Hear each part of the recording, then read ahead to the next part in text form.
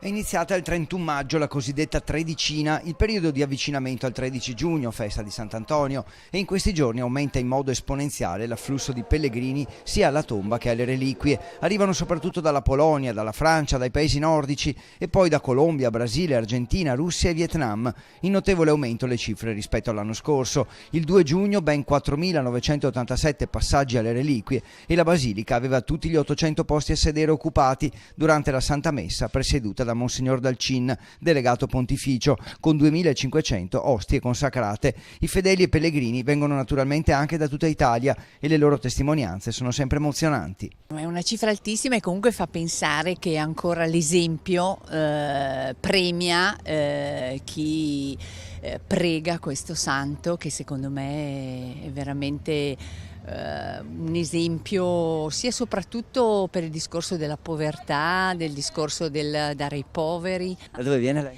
Da Torino. Io sono contento perché se contassi anche la mia visita andare al santo, perché è il mio santo. Io mi chiamo Antonio e allora sono venuto a fare una visita. Da dove viene lei? Io vengo da Bologna. Io sono veneta, sono sposato un bolognese. Io è la terza volta, non me la ricordavo così bella. Sono venuta l'ultima volta 20 anni fa. Cosa si chiede di solito a Sant'Antonio?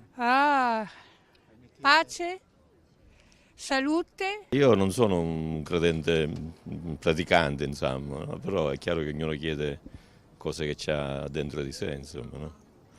Così. Da dove venite? Dalla Sicilia. Proprio in Sicilia le sacre reliquie stanno viaggiando per incontrare chi non può venire a Padova. Fino al 15 giugno, accompagnate da 2 frati della Basilica, stanno facendo tappa in 10 località, in ogni santuario e in ogni parrocchia. In questi giorni sono a Scicli. Il viaggio si concluderà il 13 giugno a Palermo.